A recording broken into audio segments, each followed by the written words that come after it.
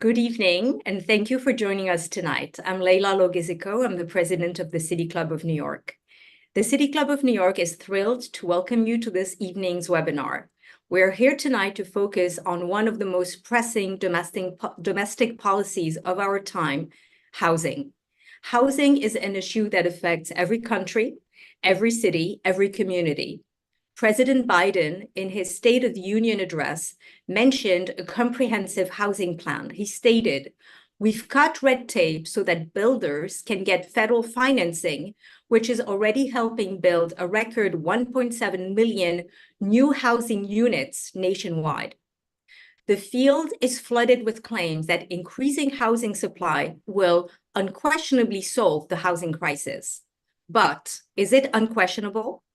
Advocates claim that housing of any kind is the only way to get the housing crisis under control, because the crisis is a result of supply and demand imbalance. But the housing market is not a monolith. Instead, it is made up of numerous submarkets, from public housing to uber luxury. Do they all respond to the same forces? And are they competing against each other? And one major player that often goes unnoticed and unmentioned is the lending market. So, are there simple solutions to a complex problem? I'm thrilled to present our panel of experts who come to us from all over the world. We're stretching ourselves across more time zones than there are rooms in a billionaire's row penthouse. 17 time zones to be precise. Professor Patrick Condon is an urban planner and author. He's a professor with the University of British Columbia in Vancouver. He became the James Taylor Chair in Landscape and Livable Environments. He is the author of Broken City, Land Speculation, Inequality, and Urban Crisis, published by the University of British Columbia Press and coming out on May 28. Vishant Chakrabarty is an architect, author, and thought leader based in New York City. He is the founder of the architectural firm Practice for Architecture and Urbanism.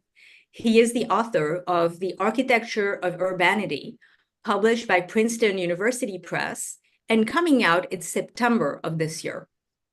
And Dr. Cameron Murray is an economist with the Fresh Economic Thinking, a think tank based in Australia. Dr. Murray specializes in the economics of property and housing systems, natural resources management, and corruption. He just published The Great Housing Hijack, The Hoaxes and Myth Keeping Prices High for Renters and Buyers in Australia, published by Allen and Unwin. And to moderate this conversation, I am thrilled to introduce one of the most knowledgeable persons I know on the topic of land use and real estate. Aaron Elstein, senior reporter with Crain's New York Business, has covered this beat for over 20 years, currently for Crain's, and for the Wall Street Journal prior to that. A few words about our format tonight. Our three panelists will give us presentations, and then they will discuss the issue. And then you, the audience, will have a chance to ask questions. So please use the Q&A function at the bottom of your screen to type your questions. You don't have to wait. You can do it right now, or you can wait for the conversation to unfold and then type your question as they become more present in your minds. Aaron, I look forward to tonight's conversation. Take it away. Thank you very much, Leila. Well, good evening, everybody. Thank you for tuning in. My name's Aaron Elstein. I'm a real estate reporter at Crain's New York Business. We're a business newspaper in New York City, as the name might suggest. I've written about business in New York for 27 years, since moving to the bright lights of the big city in 1996. I worked for a small newspaper in Springfield, Illinois. The best way I can understand housing in New York City is, well, through my own experience. And when I arrived here, finding a job was relatively easy. It was the great bull market of the 1990s, and newspapers needed bodies. But finding an apartment was quite difficult. Eventually, I landed a one-bedroom apartment. The rent was $1,632.50 a month, with a roommate, which we converted the place into a very small two-bedroom apartment, and I could afford that on a reporter's salary. In today's money, the same apartment would cost $3,200 adjusted for inflation. However, I went to the apartment's website today and I saw that a one-bedroom unit in that building now costs between $4,400 and $6,700 a month. I can assure everyone here that wages to journalists have not kept pace with this. So, a couple of numbers here to sort of tell you where we are in New York City here. One thing that's interesting to note is that this breakdown in housing and housing affordability in New York is not as old a phenomenon as you might think. Between 1980 and 2010, the city's population and its housing stock grew very closely together. They each rose 14% over that time. That's data from the New York City Comptroller's Office. I'll share that link later. It's been since 2010 really that this connection has broken down. Our housing stock in the city of New York has grown by 9% since 2010. Employment in the city has grown by 23%. Since 2019, rent in the city has grown by 28%. Wages have grown by 11%. These numbers are not news to policymakers, not to developers, not to anybody in the real estate world in New York. And people have been trying to deal with this problem for years with a variety of mechanisms, either by trying to suppress rent increases or offering incentives to increase the supply of housing. But this supply-demand imbalance, which is what we have, has defied solutions. And here we are to talk about them. So let's talk this evening about what can be done about this. We can talk about whether this is a problem that is seen in other cities like New York, and again, what is to be done? Mr. Chakrabarty, please take it away. Thank you, Aaron. So I think I'm on this panel, Leila, thank you for inviting me, because of an article we did in collaboration with the New York Times that was published last December. And I'm happy to share some of that. I just want to start by saying, so I'm not an economist, I'm not a PhD like some of my fellow colleagues here, and so I'm not going to profess to be. I am a former city official from the aftermath of 9/11. And one of the things I know from that period is that New York is an extraordinarily unique city. We have a lot of very unique economic and demographic dynamics. And the other thing I would just say is knowing many of the people who kind of, I was interested in Leila's introduction because knowing some of the people who are housing advocates, I cannot think of a single advocate who thinks that supply is some kind of silver bullet. I have yet to hear any reasonable person say that, just by increasing supply, that we're going to somehow address this enormous city's housing needs. Most of the housing advocates I know are also very concerned about things like tenant harassment, preservation, any number of other issues. So I think one of the important starting points here is to not paint people into corners where somehow this is a black and white or binary issue, because there aren't any simple solutions. There are no silver bullets. It's an extraordinarily complex topic. And I think it's important to kind of begin with that. I am going to try to share my screen.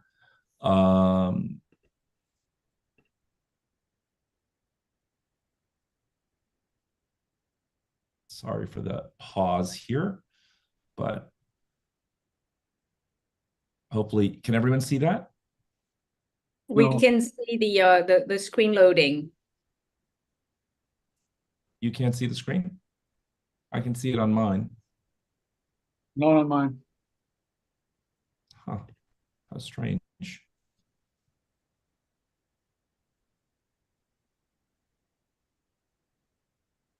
Do you want to stop and start again?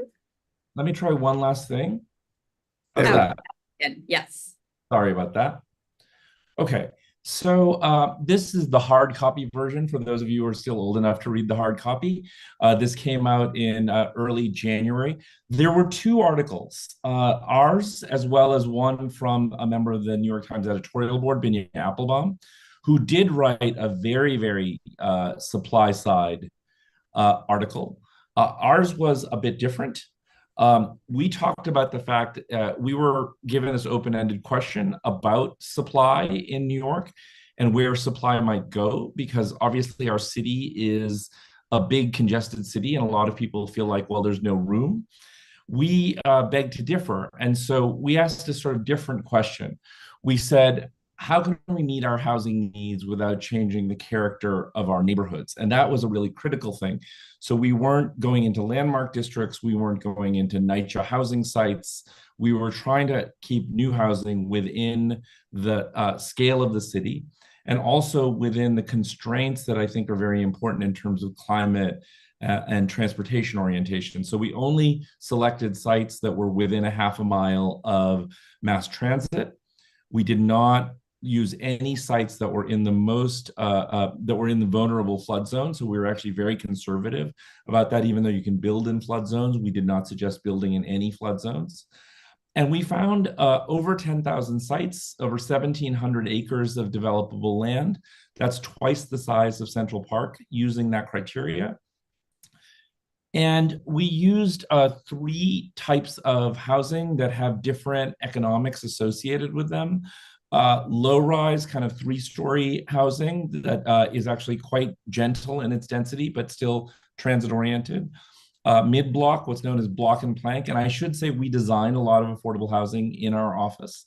And so we're very familiar with these different construction technologies and their impacts on cost. And then high-rise buildings where those could be contextual. And the way we define contextual is we looked at a radius around any given site, about an 800-foot radius for neighborhood locations, a slightly larger radius for arterial locations, and said we would not build taller than the highest buildings in those territories.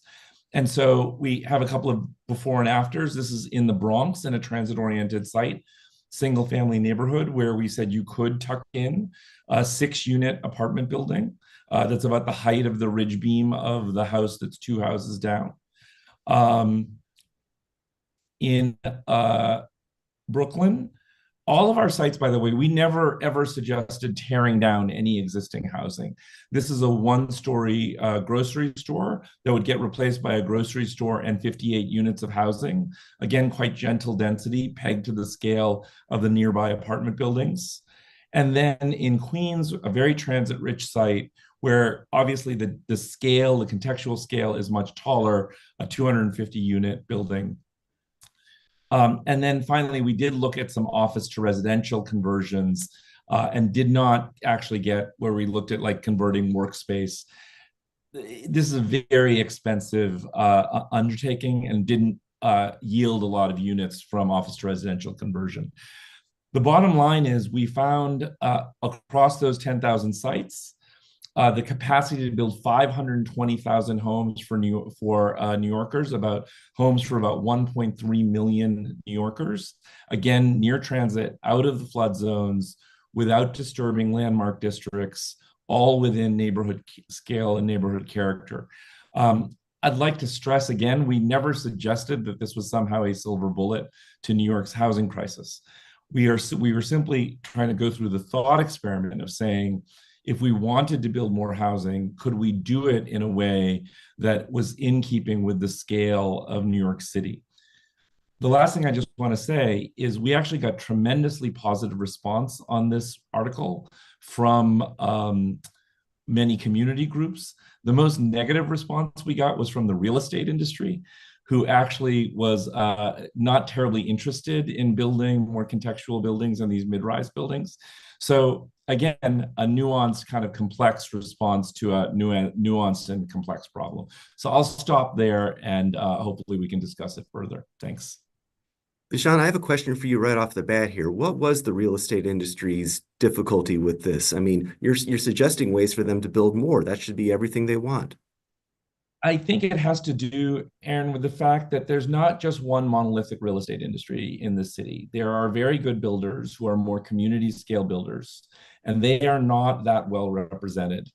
The larger real estate industry is largely representing, 10, 12 very large real estate entities. They're largely interested in building very big towers in, Manhattan and downtown Brooklyn. Not so much mid-rise buildings in Queens and the Bronx and so forth. Part of that is they argue the economics of that is very difficult. We can debate that. The last thing is, in the article, we also suggested raising taxes on vacant and underutilized property in order to incentivize development on that property, which was another thing that the real estate industry, I don't think, likes very much. And so those were their main objections. How did the mayor react to it? We got very good reactions from both City Hall and the governor's office. City Hall, of course, right now is trying to put through their City of Yes proposals, which I think many of them are quite good. Some of them overlap with our proposals. Ours go a bit further in some circumstances. And so, but generally, it was a very positive response from both the city and state governments. Thank you. Speedily and in our time, that's all I can say, please. All right. Patrick? Sure. Thank you. I'll share my screen. Let's see if this works.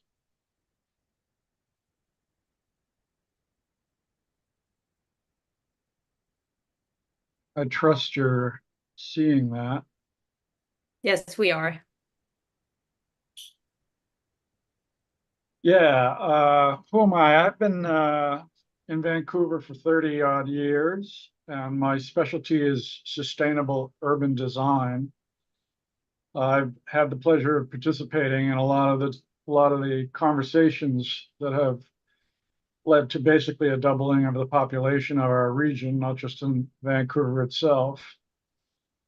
And but the thing is, I grew up in Boston, and I hate the Yankees, but I love the city of New York. So I have some familiarity with what's going on the East Coast. And I've narrowed down what I want to share with you today to just talk about what has happened in Vancouver and why it might be instructive for people in other communities who are struggling with the same problem. And the take-home message is going to be, it's not the building that costs too much. It ends up being the land under the building that costs too much. And I'll try to explain why we've discovered that is a big problem for getting affordable housing. In Vancouver, the question that we've been asking for more than a decade now is, why didn't add tons of new density to existing neighborhoods lead to affordability as we had hoped? The idea being, of course, if you increase the supply of housing, that should mitigate price increases. And yet, as you can maybe see, since the 1980s, we've had this increasing cost of housing, which is more than a doubling, which is in fact close to a tripling of the inflation-adjusted cost of housing, while that's shown in the blue line, while shown in the brown line is the average wages, also inflation adjusted. So there has been an enormous separation between the price of housing and the ability of people to afford that housing that goes beyond comprehension. And as it says, it now takes the average wage earner 29 years to save up enough money for the 20% down payment, which is required. Crazy. As a response to this, not just me, but many people in the region have participated in the encouragement of this city to do more than any other North American city, including New York City, to add new housing units, to the point where Vancouverism as an idea has become globally famous for adding a lot of housing. This is a view of downtown in the 1970s on the top, and roughly what it looks like now on the bottom, where we've more than tripled housing units throughout the city, including in the downtown in this view. But not all of it has been downtown. Also, the lower density areas have been densified with lane houses, duplexing, secondary suites, and so forth. So we added supply to fix this problem that we saw emerging. We tripled housing units citywide since 1970. Housing units tripled all through infill or change of use. We doubled the population of this relatively small center city, tripled housing units citywide since 1970, all through infill. No other North American city has come close to this proportionate achievement of a tripling of housing units in many different locations in the city and in many different density configurations. Thus, I and others have reluctantly concluded if adding new density, new supply should bring down prices, Vancouver should have the cheapest housing in North America. By most measures, it has the most expensive housing in North America. It raises the question why, because it does defy conventional wisdom and has disappointed many of us in the profession over these decades. The answer seems to be that our efforts to increase the allowable density throughout the city in various forms has been ancillary, and some would say caused an increase in land price that coincides with the value of that new upzone. In this simple example, you see that the speculation is that you quadruple the allowable density on a parcel, and unfortunately, we find a quadrupling of the value of that land. That assertion of mine is backed up by the assessment information. This shows two examples. In the blue line, you see the rise in land value over time since about 2006 to now for both a single family home up on the top and, interestingly, a much higher density project on the bottom. The point of this is to show you that as density increases, the proportional relationship of land value to building value stays the same, defying what we hoped would be a diluting of that land value when we, on a per unit basis, when we allowed for additional density. Sad but true.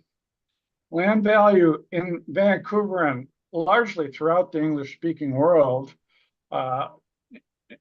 in most density configurations, has proceeded to far exceed the value of the building which is on it. And our development practices often accelerate that when we allow additional density, quite unfortunately. So land value is many times higher than building value, both here and elsewhere. It's unaffordable in either case, and sadly, adding density does not fix it. The question is, what can you do? Well, actually, Vancouver, compared to other cities, has done a much better job of dealing with this land price issue through a process that we call capturing land lift. It's basically a tax on development when additional density is allowed that is intended to capture a calculated value of that new authorization at 80% of the new value, leaving 20% of the new value on the table for the landowner to stimulate the sale. And it was through that process, pioneered in the 80s, the only case of this tool being used in North America, even largely to today. And it financed the open space system, which, if you've been to Vancouver, it's quite impressive. When we captured 80% of the rezoned land value for social infrastructure, it financed a lavish production of community facilities such as this Yaletown Roundhouse Community Center. And most importantly, it also was the financing mechanism for social housing, rather than that financing mechanism coming from the provincial or the federal government, which you might expect. It actually came out of the value of that land lift. So the financing was in every sense of the word captured from what would have otherwise gone to the landowner, subject to a development that didn't have this land left tax as a requirement of the rezoning. So in my last minute here, I'll give you a US example that does it in a somewhat different way, but it's essentially the same thing. It's a tax on increased land value. Here is the example. It's the city of Cambridge, Massachusetts, a place that I'm very familiar with. And they achieved the same thing by saying throughout the city, you can double density no matter what the existing density is, but in return, you must guarantee 100% affordable units will be the result of that. And there are various conditions, deed restrictions and so forth, that insist that that affordability metric will be tied to median household income in the region, and that it will be tied to median household income in perpetuity as well. I think this is a very interesting example that should be more widespread, particularly in American urban areas, because the Supreme Court and various cases throughout the past 50 years have verified that this is certainly an appropriate use of so-called police power to ensure the health, safety, and welfare of citizens. The real estate community may not like it unless they have a nonprofit arm, and then they do and can like it. I want to underline that point. The problem that we see is not what the developers do, it's what the land speculators do. The unaffordability issue is a problem of land speculation and land price increase, not developers extracting too much profit from a project. My last point. If you're going to do that, take the example from Cambridge, Massachusetts to heart. It took them 4 years to get the citizens throughout the city, and much of the city is very low density, high income neighborhoods and so forth. So the politics of getting agreement throughout the city of Cambridge was very rich and required the planning department, with the assistance of their urban design staff, to go out into the community and converse with the community to the extent necessary to create comfort that those new interventions, even though twice the density of the existing block or neighborhood, if you will, would be compatible in scale and type to what was already there, not promoting a very disruptive and highly aggressive change in density. And also, this will be my last comment, the politics of that situation was that the people in the city eventually were more in favor of this affordable housing overlay, because it would be a place that their sons and daughters and the service workers who made their city run could afford to live in. They were more favorable to that type of housing than they would have or were to housing that was market housing. Go figure. So I'll leave it with that. I don't know if I've exceeded my 5 minutes, but I'm done. Patrick, Oh. I have a question for you. Hey, wait a minute, except to say, buy my book, Broken City, on May 28th. Absolutely, buy Patrick's book. Patrick, has Boston's experience with affordable housing, I guess, been better than New York's? And New York has a terrible difficulty in keeping what the affordable housing it has, never mind adding to it. Well, if you're talking about Vancouver, I've emphasized some of the successes, but the failures are similar. The market housing, which is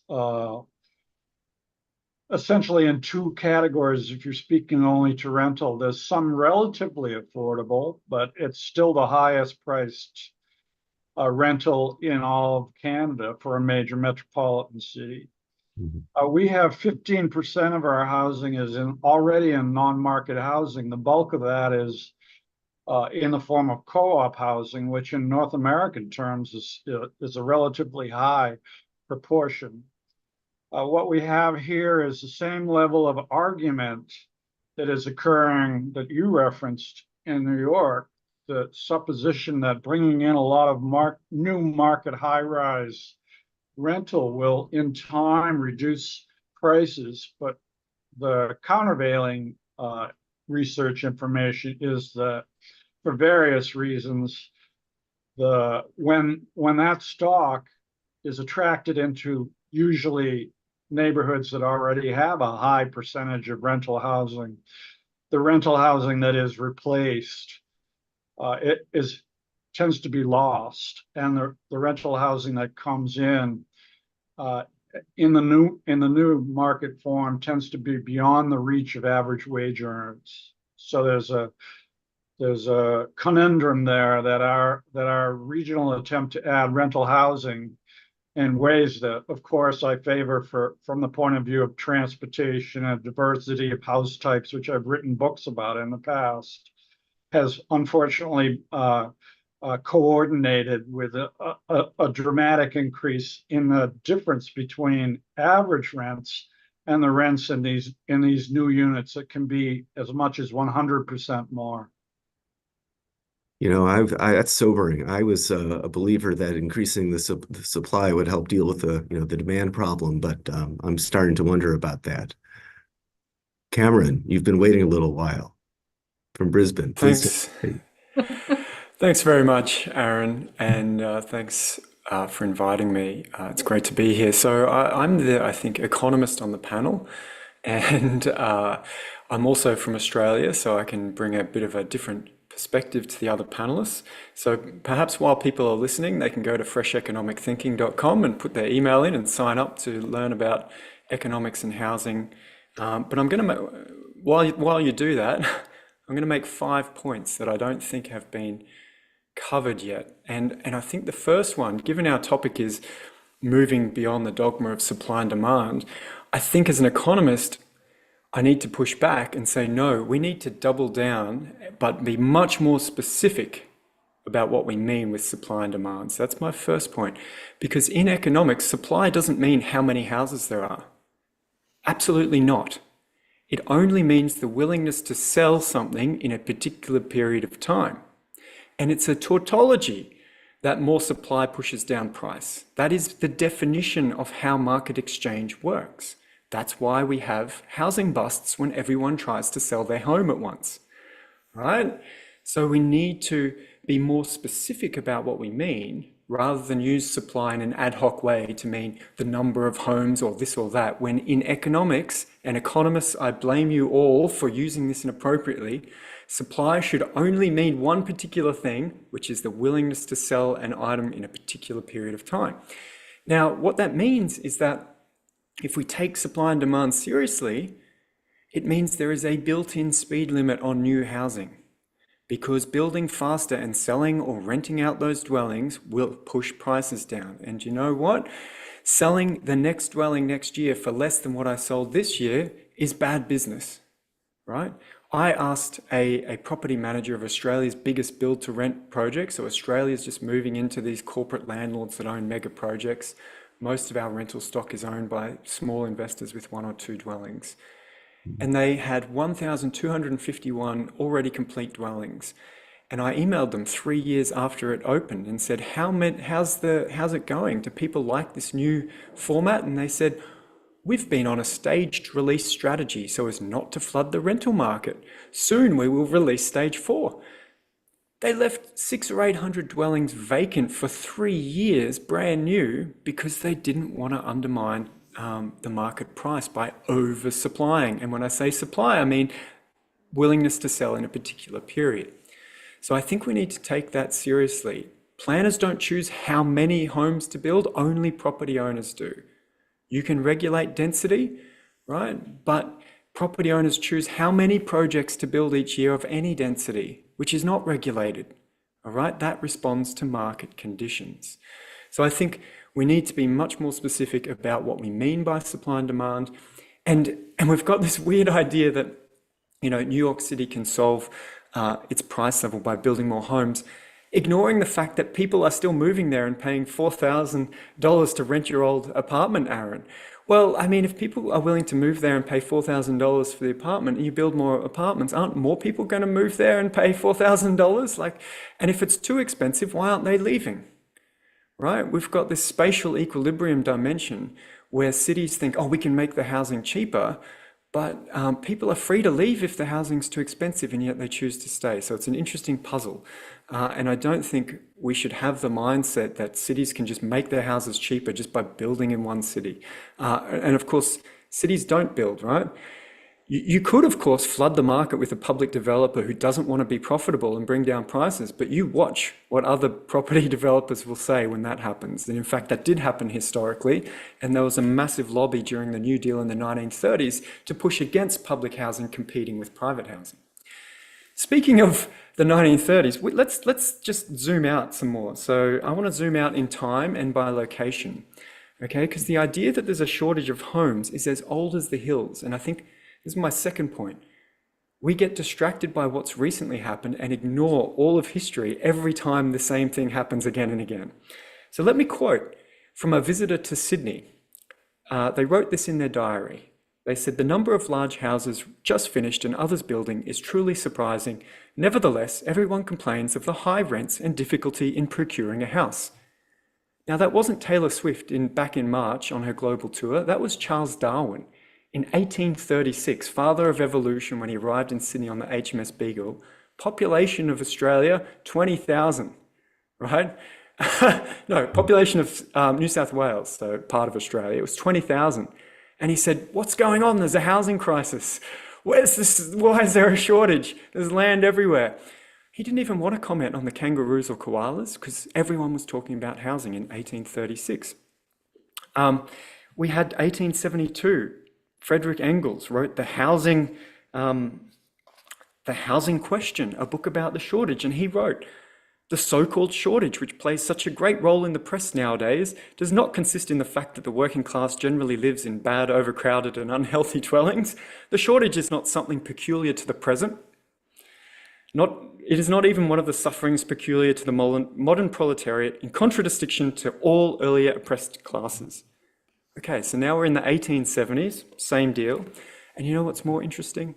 One of Ed Glaser's papers about determining what price patterns are indicative of a shortage, well, I replicated that using archaeological records of property transactions in ancient Mesopotamia, 2,000 plus years ago. And you know what?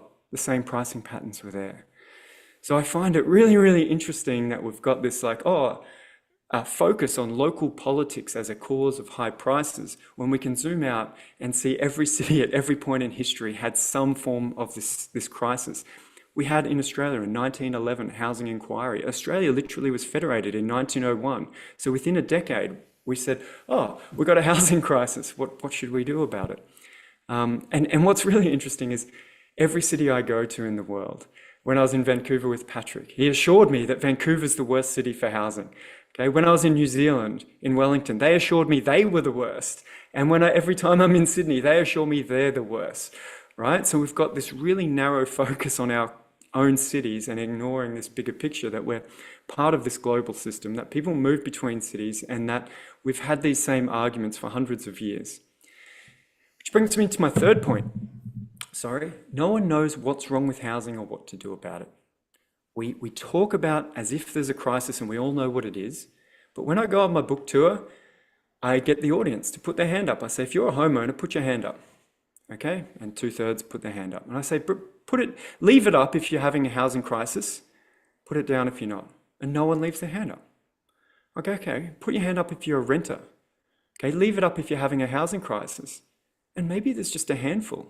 Maybe 5 people out of 150 or 200 people are having a housing crisis. And yet we talk as if we know everybody's having a housing crisis. We're not. Everyone who owns property, they're having an investment return boom. They're very, very happy. And you know what? Most people own property, even in the US, in Australia, and Canada. Okay, so we've got to understand there's this symmetry, and that leads to some odd politics when it comes to housing. And in fact, there's another interesting pattern that we need to acknowledge is that, Aaron, you talked about your apartment when you first moved to New York and how expensive it's become. Well, what I find interesting is when you look at aggregate data, whether it's in the US, Canada, New Zealand, Australia, when you go back in time, the typical rent to income ratio is a flat line. Rents just track incomes. Incomes rise 50%, rents rise 50%. It's been that way since the 1911 Rents Inquiry in New South Wales, the 1990s, all the way up to the 1990s, the 2000s, and today. So when we talk about, the price for this one dwelling has gone up, what we miss is this compositional change in the types of people who want to live there and their incomes and how they're outbidding each other. So I think we need to keep that in the back of our mind. And that also indicates why we've had the same argument for hundreds of years, right? If rents are rising with income, well, people whose income don't keep up with the average are always going to be those ones missing out. Those who do or exceed and grow faster, they're going to be fine. So there's always this competition, like this zero-sum game element to it.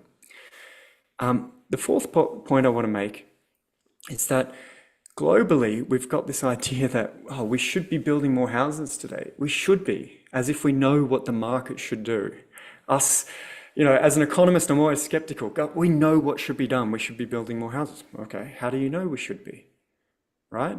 In fact, what I find interesting is that globally, we actually decided we didn't want to build more houses back in 2002. We said, do you know what? Inflation's a problem. Let's put interest rates up to make it more difficult to build and buy houses. Let's make it more expensive. And then we just ignore that and go, it must be a shortage. It must be planning. I'm like, literally, we just increased interest rates massively to stop people building houses and make it difficult to buy homes, more expensive. And then we turn around and complain that it's expensive to buy a house and difficult to build. We're getting the exact outcome we desired with our monetary policy and completely ignore this macroeconomic situation that we've in many ways orchestrated for ourselves. So I find that a really odd thing, and really odd that not just in this conversation, but globally, we sort of ignore these macroeconomic cycles and settings. And the last thing to note is that I've looked everywhere, historically and internationally, for rich, wealthy cities with a lot of high-income people that have cheap homes. And you know what? There just aren't any. There aren't any. This is the nature of them because people use their incomes to outbid each other for the premium locations. And locations are a zero-sum game, right? They're all relative to each other. And so it always happens that wealthy cities become very expensive.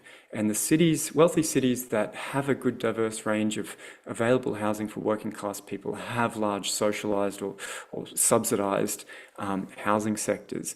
And it's quite interesting because in one of the very, very many public inquiries into housing that we've had in Australia, we've had one literally every year for the last 30 years, an inquiry into why housing's expensive, an inquiry into why people can't buy homes.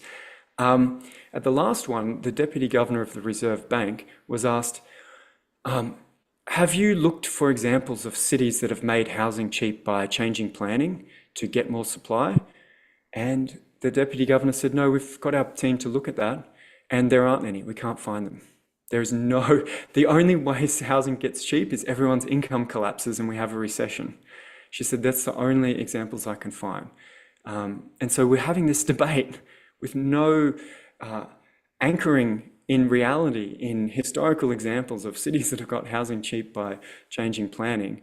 And we're also having this debate with this weird ad hoc idea of supply and demand without being strictly clear about what we mean and strictly clear about the interpretation that if supply and demand is true, which it is, that also means that the market will self-limit how quickly it builds homes because it doesn't want to undermine its returns tomorrow.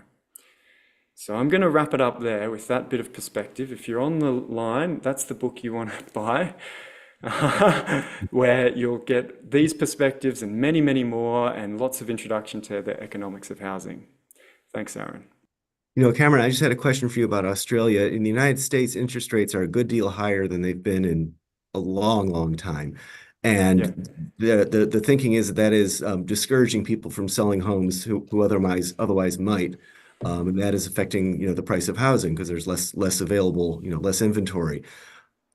Sounds reasonable to me. I'm not sure that's true. Do you buy that thesis? Yeah. Oh, look, I think the effect is very small. You've got to understand that in the US, most mortgages are fixed rate, and in Australia, most are variable rate. In fact, almost 100%. Fixed rates only last 2 or 3 years. And so in Australia, if you got a mortgage 3 years ago at 2%, you're now paying 6.5% on the same mortgage. And there is not a lot of difference in the availability of homes in Australia compared to the US. So I think the difference of that fixed rate and people being, stuck with their cheap mortgage, oh, woe them, stuck with the cheap mortgage, is not as big as many people think, because that same pattern is happening globally of very few sellers and people sort of being patient because they can. Deshaun, I have a question for you, which is one of the great white whales in New York City these days is the thinking that we have all these unused office buildings and that there's within them, if you just get the incentives right and just get it, could just convert these into apartments, you could go a long way to solving our housing problem because there's lots of empty space in these buildings. It sounds wonderful, but I don't see a lot of action. And I'm wondering, I imagine there's a reason for that, and was wondering if you could help us understand why this is difficult. Sure, because most of the office buildings that we built that are now not doing well are very large floor plate and very expensive to convert to residential in terms of getting light penetration into them. The tax incentives they're looking at should work, but they're not going to put a major dent in our housing crisis because there's just not a lot of units that are going to come from that. Not to mention, you're talking largely about Midtown Manhattan, where there's not a lot of social infrastructure, there are not a lot of schools, there's not a lot of other things that people who want to live in neighborhoods need. So I'm not against the idea. I think it's a rounding error. Mm-hmm. I want to challenge this idea that there's no housing crisis. First of all, I can't speak to Melbourne or Mesopotamia, but in New York City, the vast majority of people are renters, about 85%. The vast majority of them are rent burdened. Even the people who are homeowners are mortgage burdened. There's extensive Furman Center documentation on that. So I think if the panel is about debating whether we have a housing crisis, then I don't know. I don't know exactly what to say to that. Secondly, there are examples where housing supply and demand have evened out. Tokyo, Austin, which has built a tremendous amount of housing, right? Again, it's like I can put the links in the. Can I just push back on that then, Vishal? In the chat, sure, but while I have that, I mean, the thing is again, no one is saying magically that supply is going to solve the problem. I mean, Patrick's examples, I mean, there's some very interesting things in there. I don't know the numbers for Vancouver. How many housing units did they add versus how many people came? In New York City, and Patrick, that's just an open question, but in New York City, we are steadily creating 3 times the number of jobs than we are the number of housing units. Right. So that apartment that you used to live in, Aaron, yes, there is more competition from tech workers that didn't exist here before, right? From other kinds of workers that didn't exist here before. And so, we are a big polyglot city of 8 million people with a statue in the harbor that says, we accept people. We've got a conservative conversation going on in this country that's saying this country is full and the borders should be shut down. I would be frightened to think how un-New York it would be to say that the city is full and our borders are shut down. We have over 100,000 migrants that have arrived on our shores. We have 100,000 people sleeping on the streets, many of them children. And we have people fighting homeless shelters in neighborhoods.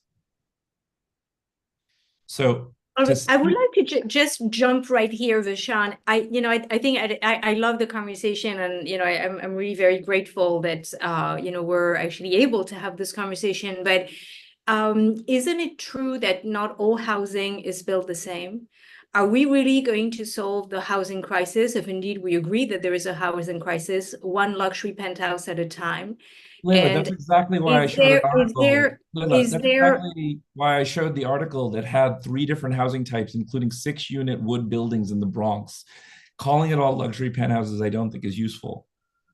Well, no, but my question is, is all housing made the same? And is No. is a city ought to use the mandatory tool, the mandate tool to actually make sure that we create the type of housing that we need. New York is a as of right framework of development, which means that it is basically up to the market. But there is no such thing as the market. There are many sub-markets. So Yeah. if the market right now is conducive to building luxury housing, because this is where maybe your buying force is less subject to mortgage fluctuations, because maybe they're going to buy their apartment with cash.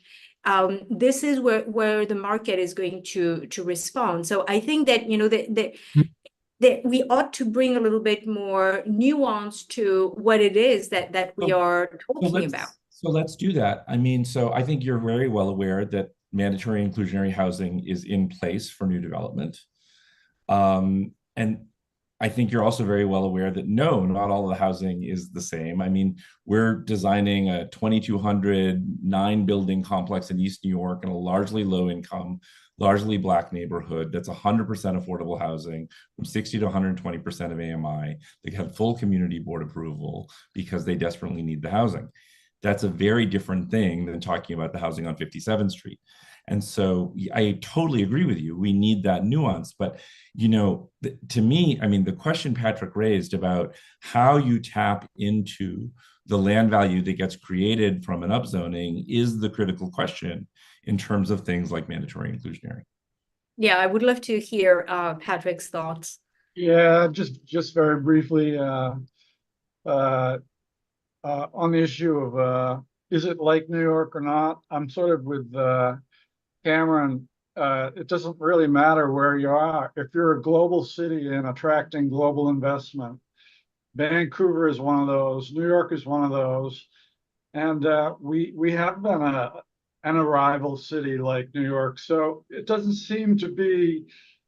I'm kind of I like the way Cameron describes it. He basically says, doesn't matter. Yes, we do have a housing crisis. My book talks about it and talks about the divergence of income relative to housing costs. So there's a lot of conversation about that, and that's hitting places like Vancouver and New York particularly hard. But over the longer term, particularly if you go to the beginning of the 20th century, for example, up to 1929, and the economic collapse, the threat of this thing called the crisis, reflecting on what Cameron is talking about, is continuous. And what you always have is an inability of Marx uses the word proletariat, but let's use the word wage earner, the difficulty of the wage earner to compete for space in a market that makes that competition very difficult for that strata. That's the way I see it. Cameron, do you want to share your thoughts? Yeah, maybe I can just share my screen quickly. Can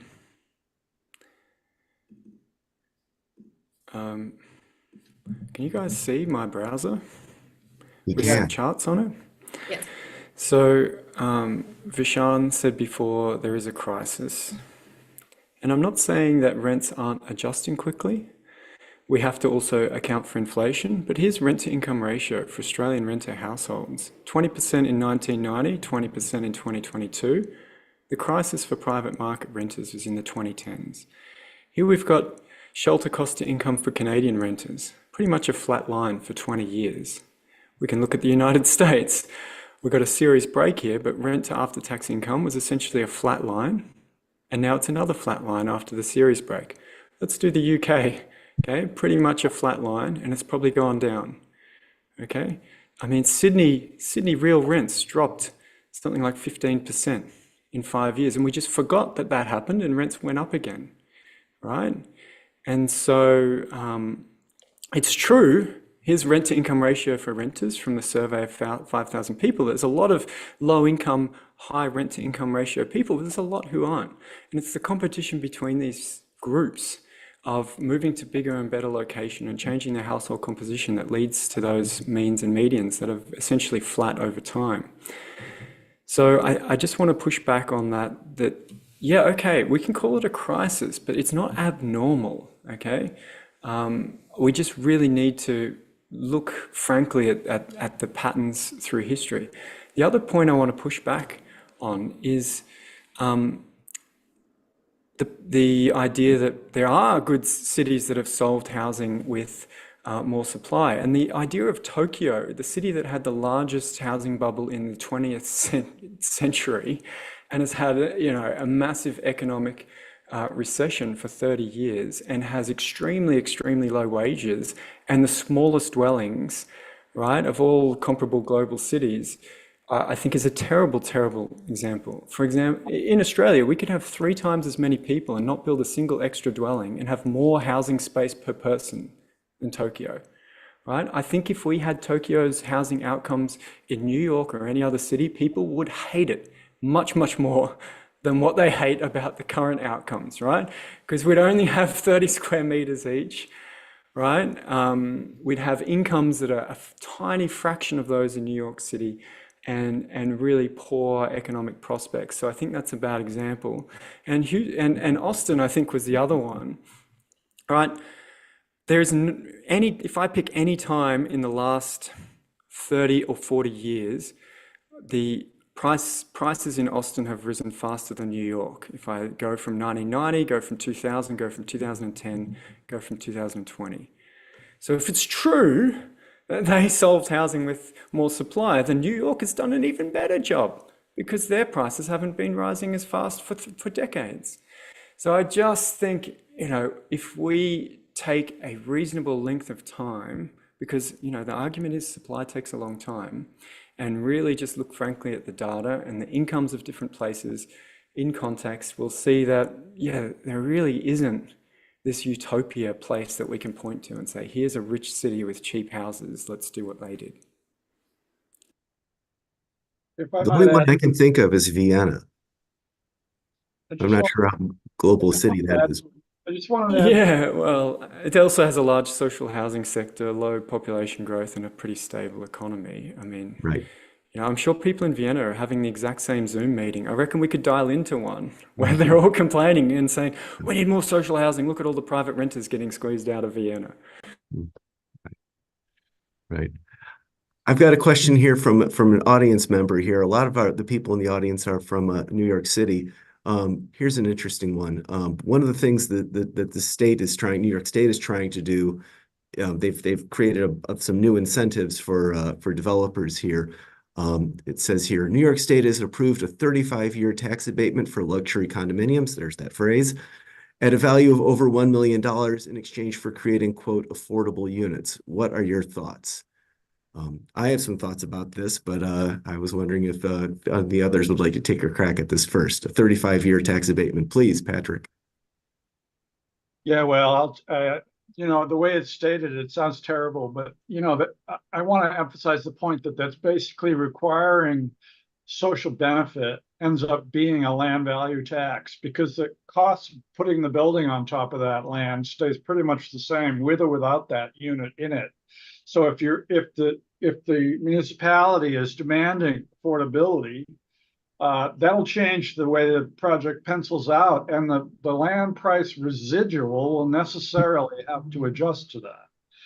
So that's why I use the example from Vancouver, which shows that they were able to extract 80% of the multiple $1 million increase in value from a rezoning and then use it for social benefit. I think the example that you described is pathetically small relative to what could be done. I would add that the developers I've spoken to about this abatement, this 35-year abatement, don't like it in the least because the abatement expires after 35 years, but the affordable units that they are supposed to create have to remain, what are called permanently affordable. So they see that as a mismatch, and this as an incentive to build housing. This doesn't seem like a very good one. You know, Please. that's some of my best friends are developers. I mean, that's what they do. Right. That's what they have to say. Mhm. It makes perfect sense for them to say that, and they're not in a position to complain except over the third beer, which has been my experience, about land price inflation. So that's very understandable. Yeah, Aaron, can I jump in with a response Please. to that? I think, again, putting my economist hat on, one thing we find looking at US economic policy from abroad is that anything that isn't a tax break is socialism, but tax breaks are not for some reason, even though the net economic effect is the same. So, it puzzles me. We do the same thing here, that we can't just build or own or buy off the plan housing and rent it cheap to the people we want to live in cheap housing. What we have to do is we have to hide the subsidy and play this great political game of going, I'm not subsidizing you, I'm giving you a tax break. Okay, that's a subsidy, and you're going to deliver it. I'm like, but why not just do it? What's wrong? If you're giving up X million per dwelling per year in tax for an affordable home, why don't you just go to the developer and buy the dwelling off the plan and own it and rent it to whoever you want for as long as you want? Everything else is just a game for hiding that decision in some kind of tax so you can be not socialist or whatever the case may be. And I think we need to separate out these two things. You don't have to raise taxes from housing to subsidize housing. You can raise taxes in any efficient way you like and spend it on anything you want. Now, it just so happens that, as Patrick says, land value gains from public investment and upzoning are a great way to raise money because they're literally a free giveaway. And the way I describe upzoning is you can sell the rights. I mean, New York has air rights trading, right? They do. Why don't we sell the rights from the community, use that money to raise money and then spend it effectively, maybe just buying homes back off the plan. Now, it's true, Australia, actually, we have in the ACT a betterment tax, which is 75% of the land gain, and they raised a heap of money to spend on subsidized housing. So yeah, that's a great revenue source. But then bundling together, instead of taking the money and spending it on housing, hiding it by making them build the housing, is just making it more difficult. I mean, money is a great lubricant. Just take the money and spend it elsewhere. Maybe you need some of the site for public parks, and maybe there's a negotiation. But yeah, take the money. You don't have to subsidize housing with taxes from housing. These can be thought of separately and do both as efficiently as possible. I agree with all of that. I would add that the last time New York built a lot of affordable housing was in the 1960s, when the state and federal government got involved, and the rationale back then was just, as it started in the 50s, was we had soldiers returning from the war and we needed to house them, and those apartment complexes, were built. They are all over the city, and they are that was the last time really that New York really was, the government committed to affordable housing. It's ever since then, it's been a game of how do we subsidize developers, and as you've just explained, there are difficulties with that. And if I can just interject on what you just said, Aaron, you're just spot on. What is interesting is that these units, I'm sorry, they have remained affordable. The Mitchell Llama, the limited equity co-op that were built in the 60s, they are still here today. They still fulfill their mission of providing housing, and they have remained affordable. And they can, the limited equity co-op, we have a couple of those throughout the city, including in Manhattan. you're not trading the equity. The equity basically was never acquired, stays with the land, and it is never transferred. So you cannot sell your apartment for a profit. There's one example in the neighborhood of Chelsea in Manhattan, known as Penn South. The units, have house probably over 5,000 people. So I think that, these are models that are true and tested. If I can just, bounce on one other question, we've talked a lot about the supply side, but what about the demand side? How does one evaluate what the demand is, and what to make of that? And is there a question of equity in when we look at demand? I don't know who wants to take this one. Cameron. Well, maybe I'll just start. Like in the US, thinking about a single city, I mean, people can move to cities and out of cities, right? So, and they use their incomes and their opportunities in different locations to choose where to go. So there's no like stopping New York from people wanting to live there, right? Because you've got 300 million people who can move there if there's a good job anytime they want, if the quality of life, the net from the increase in income and the increase in housing makes sense. So I don't think that's a big thing. And I just to be clear, part of what we're seeing in housing is just inflation in the last few years, right? Incomes have gone up, other things have gone up in price, so has housing. And so when we go, oh, look, there's a lot of demand. I mean, demand is anchored, it's anchored by the incomes of people who want to live there. There is no demand above that, right? You can speculate on the asset value and be wrong. It might go up or it might go down. But in terms of living there, it's the incomes of people who are able to locate there that are what drives the rents, and which is why during a recession, incomes fall and people leave for other opportunities. So I think, that's important to get right. And that's why it's important when you make comparisons with Tokyo, for example, got to adjust for their incomes, because that's what people are using to outcompete each other for better locations. Does that make sense? Got a question here from the panel. We have a lot of people here interested in housing policy questions. And this is for any panelist, from Holly. How would you recommend citizens participate in government to create affordable housing while maintaining quality of life, preserving history, and neighborhood charm?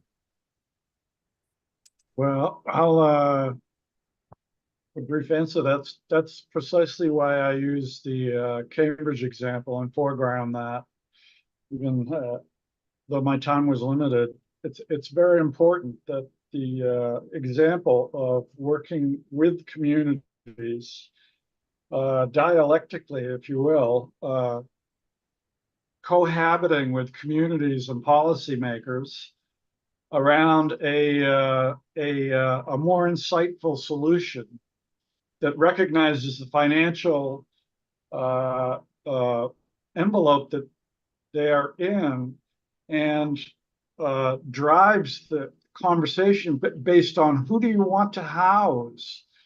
And one way of expressing that is we really want to house the younger generation who are service workers, or we really want to house our sons and daughters who have to leave this community because they can't afford it. The Cambridge example, the success of that example comes out of that conversation where I showed you the pictures at the end of prototypical structures that speak to things like historical qualities or neighborhood texture and all those things. The prototypes, if you're familiar with Boston, I mean, there's the three-decker, the three-decker, which in other parts of the United States is actually pronounced three-decker. But the kind of classic formal typologies of that part of the world were incorporated, and there's organic reasons why those housing typologies work there, and it's a base upon which you can extend and develop I mean, remember, this is doubling the density of those typologies, which is more than adequate, as the previous example suggested in using New York as the case study, way more than adequate just to grow housing up from its existing prototypes into something that is somewhat more robust across the broad landscape of that. Very, very doable. And that's, but the conversation had to ensue, and it had to be associated with your social objective, which was affordability for, people, essentially for wage earners. And as the charts have sort of made, I think, clear, the housing crisis is not a crisis to the market, as Cameron would say. It's a crisis to the wage earners who are at that lower end competing for this commodity, which is the market is saying is at this level. The market is performing perfectly. It's just that the larger culture is creating increased stress in the wage earning class that doesn't have access to the bank of mom and dad, is what it really comes down to. On that note, we have a question here from an audience member. It says here, based on the information in the 2023 housing survey by the City Department of Housing and Preservation, 2 million rental units in New York City have 30,000 vacant apartments for a vacancy rate of 1.4%. But this does not count the 330,000 market rate units that are too expensive to rent for the groups that are rent burdened. How do we explain this state of affairs? To which I say, that's New York City for you. But Vishaan, yeah, I've heard this statistic before, Aaron. I think there's a certain amount of frictional vacancy in any rent stabilized units. When people leave, landlords fix up units and so forth. 1.4% doesn't seem like very high in terms of that kind of frictional vacancy. And so I just want to build on something Patrick said, because I largely agreed, and I also largely agree with Leila about Penn South, but like put the two conversations together for a second, because I work with communities all the time in terms of advocacy for more housing, and communities often want more housing in their neighborhood. It's the right kind of housing, right? And so again, I go back to my example in East New York, and building within the character of their neighborhoods and building for people who can afford to live in them. So Patrick's point about wage earners, and again, I'm not an economist, so I'm going to wade into thin water, but my understanding is in the United States, wage growth has grown very little since 1980 relative to productivity. And so, again, I'm going back to your example, Aaron, of your first apartment, right? So wage growth at the lower levels, minimum wage has barely gone up, right?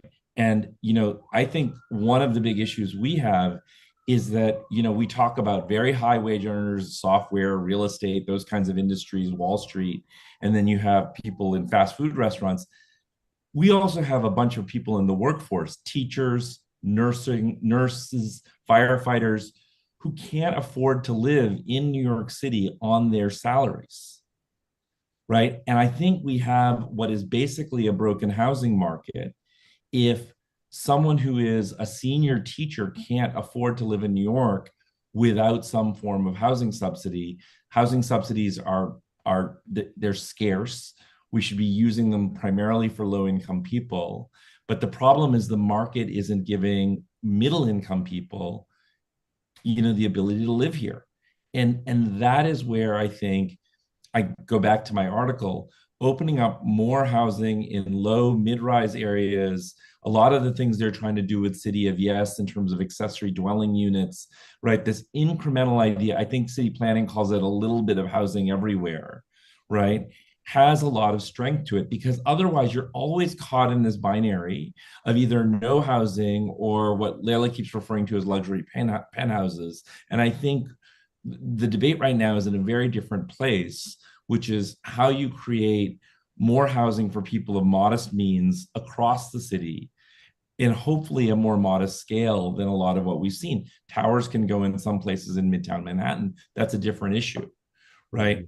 And so, But Vishan, how do you know that these units, and once again, I think you and I have had these conversations, and overall, I really agree that supply is part of the equation. But how do you know that these units that would be built would be affordable? Because once again, going back to the demand side, we don't control the demand, and there's an equity issue here where basically by the very nature of the market, if it is a free market, whoever has the largest means gets the unit. They will outbid the person who is a lesser earner. So how do you bring some stability and predictability so that, unless you go the route of Mitchell-Lama or public housing, I happen to believe that public housing is the gold standard. It is built entirely subsidized. It is capped at 30% of your income. I mean, we should talk about why we can't build Penn South anymore and why we can't build public housing anymore. But can we? Why should no. we? So in 86, there was tax reform under Reagan. In 99, the Faircloth Amendment was passed. The federal government of the United States cannot build public housing by law. Of course, But that could we're change. far from the cap on the Faircloth Act, far from the cap in New York State. So, I think we could build another 1 million units before we hit the cap. Far, far from it. And by the way, AOC has a bill to repeal it. So we could. I'm not saying we shouldn't build more public housing. What I'm saying is there's a whole set of reasons why we don't, right? That we absolutely should look at. I'm totally in agreement with you there. But at the same time, we also should look at whether if you went to propose Penn South today, right, how much of a welcome would it receive? So it's going to be a little bit inside baseball for Patrick and Cameron, but Gary LaBarbera, who is the leader of the largest union, penned an op-ed 6 months ago in which he's basically saying, I'm game to build Mitchell-Lama, which, in essence is very similar to what Penn South ended up being. I would love for us to be, more bold in exploring other levels of affordability rather than, this 20/80 or 70/30, tax abatement. But I see that Patrick has his hand up. So I just want to repeat a point that federal and state money is good and city taxpayer money is good, but land value is better. So if you can figure out a way to stream land value towards the social benefit that you want, that's a way better way to do it than continue to enrich land speculators who are essentially parasitic to the body public or the economy. I mean, that goes back to Adam Smith, that the capacity of land value to suck up all the value created by wage earners and entrepreneurs is legendary, and it's a consistent theme that comes through. So that's why I try to make it simple with the Cambridge example, basically by insisting that I'll give you the double density, but in return you have to guarantee affordability. And under no other circumstances do you get that. So what that does is it disciplines the land market such that it makes it pencil out, and the rents that normal people can afford to pay based on 30% of their income, monthly income, pencils out the deal for the construction and the maintenance over time. But unless you get a control on the land, that the other way to do it is to just take tax money from different sources and go out there and buy that overpriced land, because in that case, you're competing with the market developers and it's still way too expensive. One more question here from an audience member here. What is the impact of global elite speculation on housing stock for the ordinary urban dweller?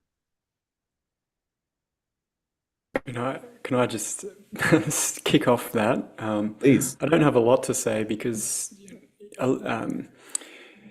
there are effects in major global cities. I would say Sydney, Vancouver, New York for sure. And what I like to say to people in Sydney is that, yeah, your housing market's slightly different to, for example, Brisbane, where I live, because I don't have to outcompete Matt Damon to buy a house. But famously, all the Hollywood elite also want a house in Sydney and Byron Bay and these places.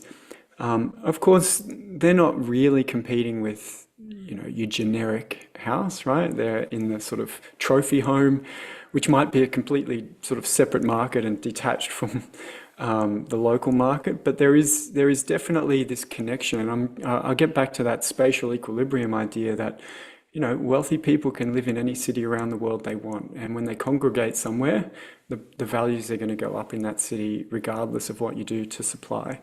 And so I think there's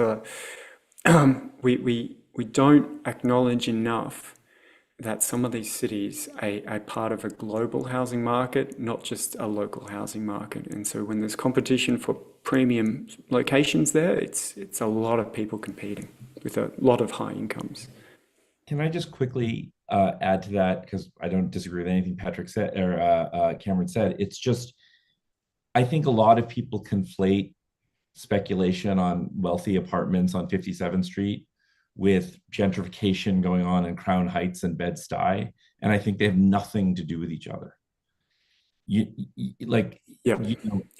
so we just need to be super careful. Like, I'm not exactly sure who you're gentrifying on Central Park South, but it's people may hate those towers for other reasons, but I have a very hard time believing that the competition for $20 million, apartments on 57th Street has anything to do with rents going through the roof, in Eastern Brooklyn.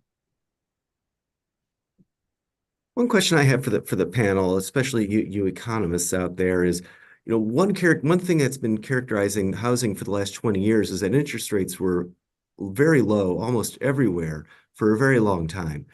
And that had all kinds of effects on, your mortgage.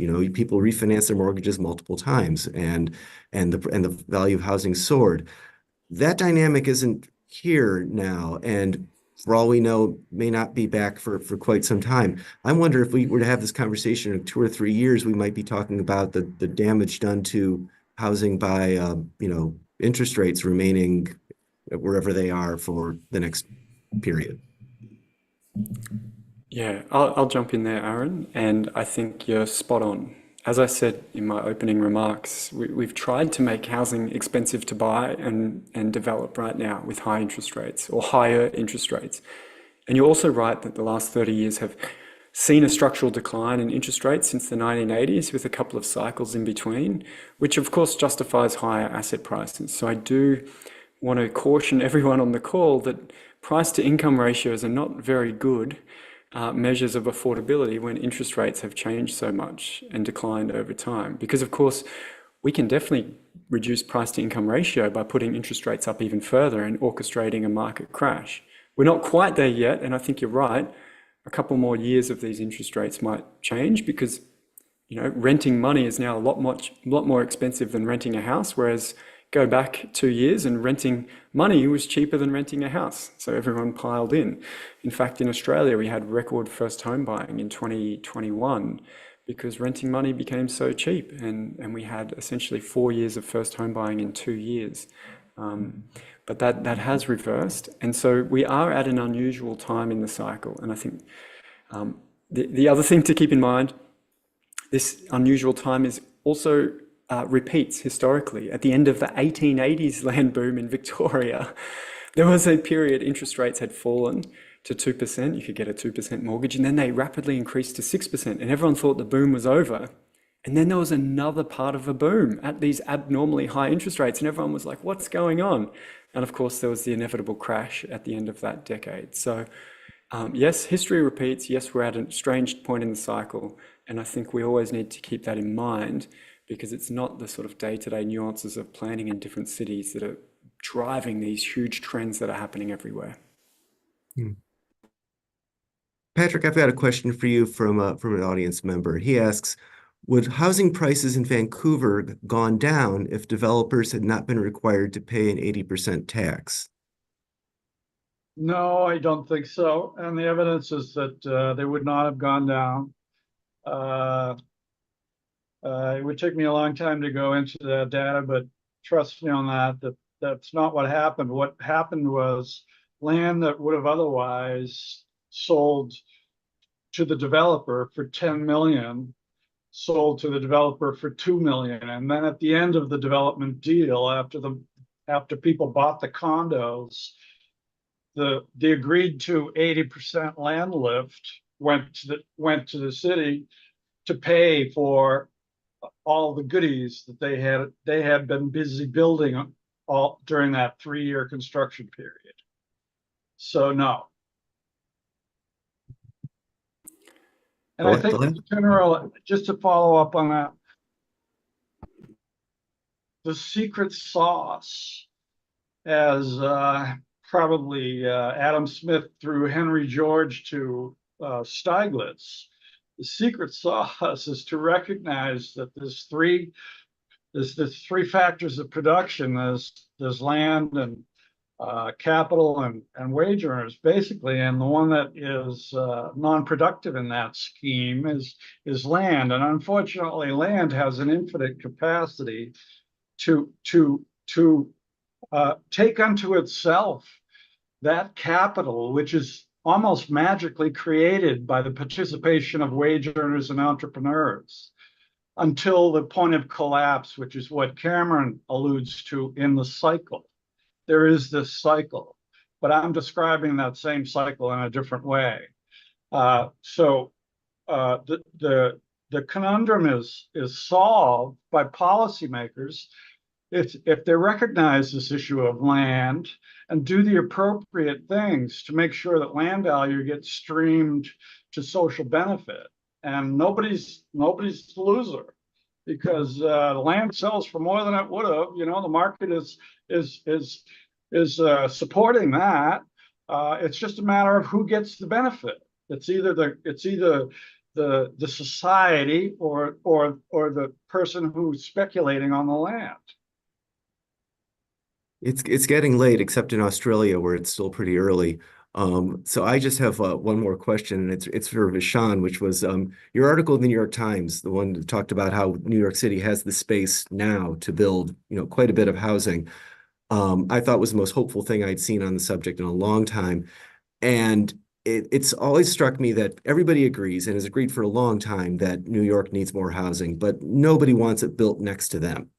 That's been the dynamic as long as I can remember. And I think that's true broadly in most East Coast, West Coast cities as well. And I'm curious if you think anything is changing on that front. I get the sense that our mayor, Eric Adams, is more friendly towards the idea of developing than some of his predecessors, but I don't know. And I'm curious what you think. Well, again, I appreciate what you said. Look, to me, this is not a binary of build or don't build. This is a question of what to build. And again, things that have nothing to do with building, that are policy issues that extend beyond this in terms of the demand side, wages, land prices, as other panelists have discussed.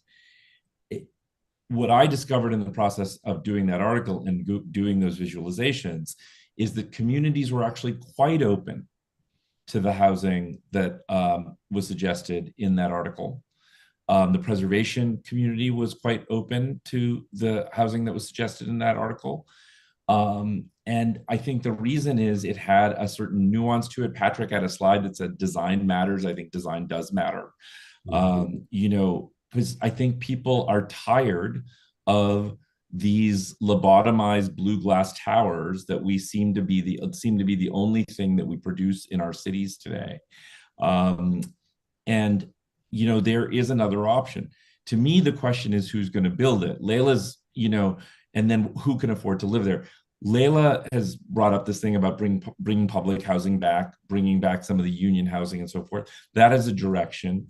I believe we need to focus much more on smaller scale builders and developers, minority-owned builders, women-owned developers, people who want to and will get up out of bed every morning to build a 60-unit housing and do it with quality and care of design and community engagement in these places. And I think the conversation would change from this binary that we're caught in to something that is much more nuanced. And then you have to think about the policy issues of, do you do land value capture from an upzoning? Do you use that to subsidize housing? For whom? And again, the construction costs matter as well as the land costs in terms of the different scales of housing that I showed in that article. And so to me, there's clearly the capacity, and I think there could be the public will.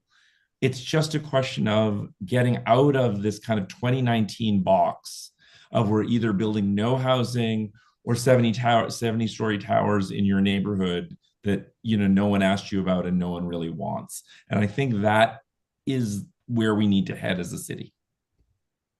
I hope we get there. I hope we get there. Well, thank you, everybody. This has been enlightening and fun. I hope the audience enjoyed it. Thank you. Layla, thanks for putting this together. Yeah, thank you so much. I really want to thank the audience. I want to mention that we currently have a little over 130 participants on the call, and this is when we're wrapping up. We started at a much higher number. Actually, not that much higher. People have actually steadily stayed with us, and we're really grateful for this level of participation. I want to remind everybody that you can find the City Club of New York on our YouTube channel. This event is being live streamed, and it will be available for replay as soon as it concludes. We're also available on social media. I want to thank Professor Patrick Condon. Patrick, your book, Broken City, is coming out on May 28th. Vishant Chakrabarty, your book, The Architecture of Urbanity, published by the Princeton University Press, is coming out in September of this year. And Dr. Cameron Murray, your book, The Great Housing Hijack, The Hoaxes and Myths Keeping Prices High for Renters and Buyers in Australia, came out in February of this year and is published by Allen and Unwin. I want to thank Maria McMahon and Rachel Miller, who helped put together this event. It is a team effort. I want to thank really my friend Aaron Elstein for moderating this conversation. We know that these conversations at times can be difficult to have, and the City Club of New York really believes that these conversations are essential. We really need to be able to explore the subject of housing, the policies around housing, bring more subtlety. And I really appreciate this healthy conversation with participants who don't necessarily share the same views, but are able to actually help the audience, help our policymakers, help maybe an industry even grow in their thinking and their approach of this really important topic. So, finally, I want to thank New Yorkers and all other city dwellers and folks from all over the world who participate in housing, in urban and land use planning process. Our voices matter. Our voices are really important, and I'm really grateful for this community engagement, whether you are from New York or you are in Canada, in California, in Finland, in Germany, or in Italy. This is actually the level of interest that we have received for this event. I'm really grateful. And I thank you all for being with us tonight, and I wish you a very good night or a good morning.